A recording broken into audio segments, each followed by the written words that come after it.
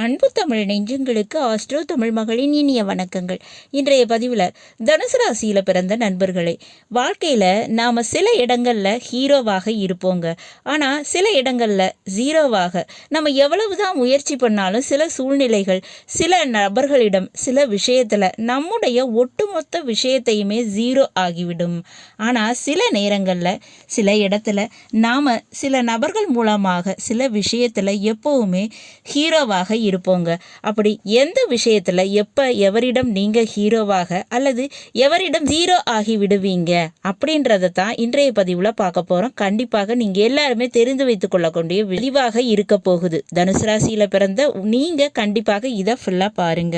பதிவு பிடிச்சிருந்தா லைக் பண்ணி கமெண்ட் பண்ணி மற்ற நண்பர்கள் உறவினர்கள் பயன்பெற அவங்களுக்கும் ஷேர் பண்ண மறந்துடாதீங்க. இதுவரை நம்முடைய ஆஸ்ட்ரோ தமிழ் மகள் சேனலை சப்ஸ்கிரைப் பண்ணாத நண்பர்கள் சப்ஸ்கிரைப் பண்ணி கூடவே தெரிகிற பெல் ஐகானை கிளிக் பண்ணி ஆல் ஆப்ஷன்ஸும் செலக்ட் பண்ணி வச்சுக்கோங்க.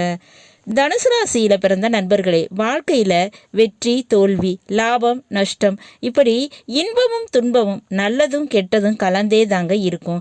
அப்படி எந்த இடத்துல நாம் தடுக்கி விழுவோம், எந்த இடத்துல தோல்வியை அடைவோம், எந்த இடத்துல யாரால துரோகம் இழைக்கப்படுவோம், இந்த விஷயத்தை தெரிஞ்சுக்க போகிறோம்.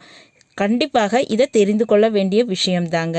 அப்போ தனுசு ராசிக்கு அதிபதி அப்படின்னு பார்த்தோம்னா குரு பகவான். அவர் நீசமடையக்கூடிய வீடுன்னு பார்த்தா, அதாவது நீசம் என்றால் ஜீரோவாகுது, சுத்தமாக பலம் இழப்பது, அது மகர ராசி இல்லைங்க. உங்கள் தனுசு ராசிக்கு 2ஆம் வீடு. இங்கே தான் குரு நீசமடைகிறார். அப்போ தனுசு ராசியில் பிறந்த நீங்கள் குடும்பத்தின் ரீதியான விஷயத்தில், அதுவும் குறிப்பாக சொல்லணும்னா பிள்ளைகள் ரீதியாக நீங்கள் எவ்வளவு தான் எஃபோர்ட் பண்ணாலும் அவங்க மூலம் ஜெயிக்க நீங்கள் எவ்வளவு முயற்சி பண்ணினாலும் பணம் அது எவ்வளவு செலவு செஞ்சாலும் அந்த இடத்துல நீங்கள் அவர்களிடம் நீங்கள் தோல்வியை தாங்க எதிர்பார்க்க முடியும். ஃபஸ்ட்டு குடும்பத்தில், அதுவும் பிள்ளைகள் விஷயத்தில் இந்த தோல்வி கிடைக்கும். 2ஆவதாக பார்த்தோம்னா கொடுத்த வாக்கு, மற்றவங்க உங்களுக்கு ஒரு வாக்கு கொடுத்து இருப்பாங்க. அதை யாரை நம்பி நீங்கள் சில காரியத்தில் இறங்குனீங்களோ அங்கே நீங்கள் ஏமாற்றப்படுவீங்க. அல்லது ஒரு வாக்கினை நீங்கள் கொடுத்து அந்த வாக்கினை நீங்கள் காப்பாற்ற முடியாமல் அதனால் பெரிய நஷ்டம், பெரிய இழப்பு, பெரிய அவமானத்தை பெறுவீங்க. அடுத்ததாக பார்த்தோம்னா வண்டி வாகனம், பெரிய செலவுகள் இது வச்சிடுங்க. அதே போல தங்க நகை அடமானத்துக்கு போய் அதன் மூலமாக பிரச்சனைகளை சந்திக்க வாய்ப்பு இருக்கு. இந்த விஷயத்திலெல்லாம் நீங்க எடுக்கின்ற முயற்சிகள் ஒண்ணுமே பயன்படாமல் போயிடும். உங்களுடைய ஒட்டுமொத்த விஷயமுமே ஜீரோவாகி விடுங்க. இதுக்கு வாய்ப்பு உண்டு. அடுத்ததாக கௌரவத்திற்காக அல்லது ஆடம்பத்திற்காக பொருட்செலவு அதிகமாக செய்ய நேர்ந்திடும். கௌரவத்திற்காக ஒரு காரியத்தை செய்கிறது அல்லது தன்மானத்தினை காப்பாற்றுவதற்காக சில விஷயத்தில் விரயம் பண்ணுறது மற்றும் ஆடம்பர அழகு சாதனங்கள், இந்த விஷயத்தில், அதாவது இந்த 3 விஷயத்தில் ஒன்றிலேயாவது நீங்கள் பணத்தை இழப்பீங்க. இதுக்கு வாய்ப்பு உண்டு. அப்போ கௌரவம், தான தர்மம் மற்றும் அழகு ஆடம்பரம், இந்த விஷயங்களில் உங்களுடைய விரயம் என்பது காணப்படும். கண்மூடித்தனமாக அவசரப்பட்டு பொருட்செலவு செய்து விடுவீங்க. இதில் எல்லாம் கவனம் தேவை. அதே போல் மகர ராசி மகர லக்னத்தில் பிறந்தவங்க உங்க கூட இருந்தால் எவ்வளவுதான் பொன்பொருள் சேர்த்து வைத்திருந்தாலும், எவ்வளவுதான் திறமை முயற்சி இருந்தாலும் அவர்களிடம் நீங்கள் அடிபணிந்து உங்களுடைய எல்லா விஷயமும் ஜீரோ ஆவது உறுதிங்க.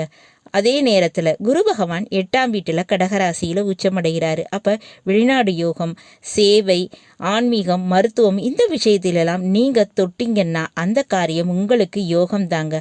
அதில் உச்சத்தை தொடுவீங்க, ஹீரோ ஆவீங்க. மறைமுக வேலை தொழில் மூலமாக நிச்சயமாக உச்சம் தொட வாய்ப்பு உண்டுங்க. கணவன் வீட்டு வழியில் திருமணத்திற்கு பிறகு நீங்கள் ஹீரோ ஆக வாய்ப்பு இருக்குங்க, அதிகமாகவே இருக்குது. ஆனால் அது உங்கள் மன தைரியத்தில், மன கட்டுப்பாட்டில் தாங்க இருக்குது. திருமண வாழ்க்கைக்கு பிறகு வாழ்க்கை துணை விஷயத்தில் இருந்து நிறைய லாபம் கிடைக்கும். வாழ்க்கை துணையிலிருந்து வரவு நிச்சயமாக கிடைக்கும். இதன் மூலமாக நீங்கள் ஹீரோ ஆக வாய்ப்பு இருக்குங்க. மருத்துவம், வெளிநாடு யோகம், ஆன்மீகம், இந்த விஷயங்களில் நீங்கள் ஹீரோ ஆவது உறுதி. காவல்துறை, இராணுவம், இதில் எல்லாம் யோகம் இருக்குங்க. நீர்வளத்துறை, உணவுத்துறை மற்றும் ஜவுளித்துறை, இதன் மூலமாக தொழில் தொடங்கினா அதில் நிச்சயமாக நன்மை லாபங்கிறது உண்டுங்க.